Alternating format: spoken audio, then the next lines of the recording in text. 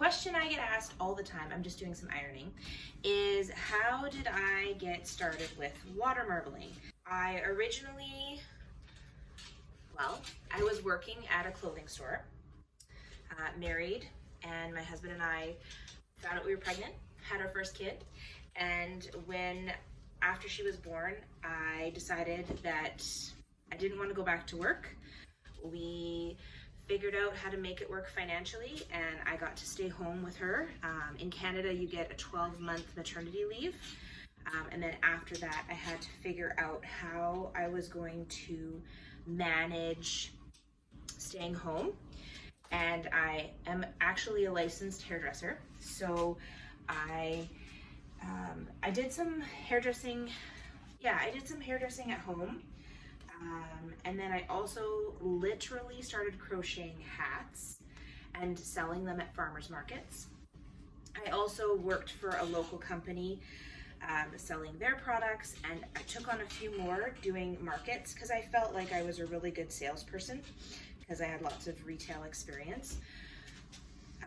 And then we got pregnant with Isaac, my second, and I couldn't keep crocheting that volume. I just didn't have the time. So I actually saw a viral Facebook video from a company called Mayu Silk Art. They're amazing. They have a online course that you can take to learn how to do the silk scarf printing as a business. It took me quite a while to get the basics down because I really feel like this art form has so many aspects of it that you have to get them right.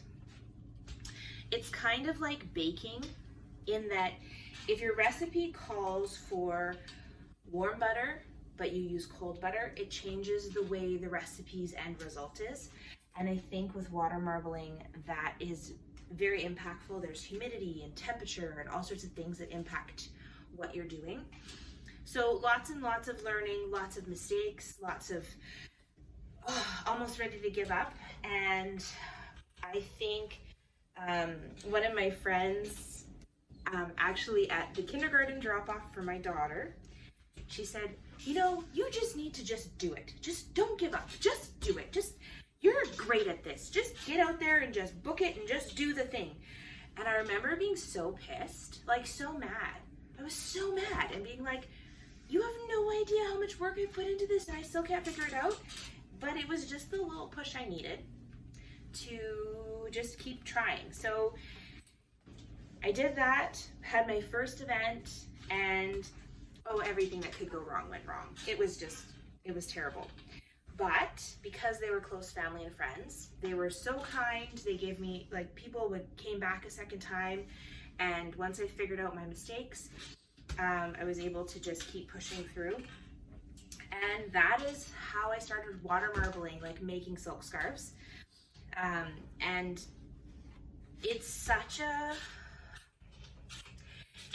magical process because there's really no wrong way. Like when I teach a class and I'll have people come that have like this amazing artistic ability and they just get so frustrated because the art doesn't do what their art does. It's totally different. Like it's almost like you have to think backwards, and they're just not used to it. But then you'll have somebody that'll be like, I'm not an artist. I don't know what I'm doing.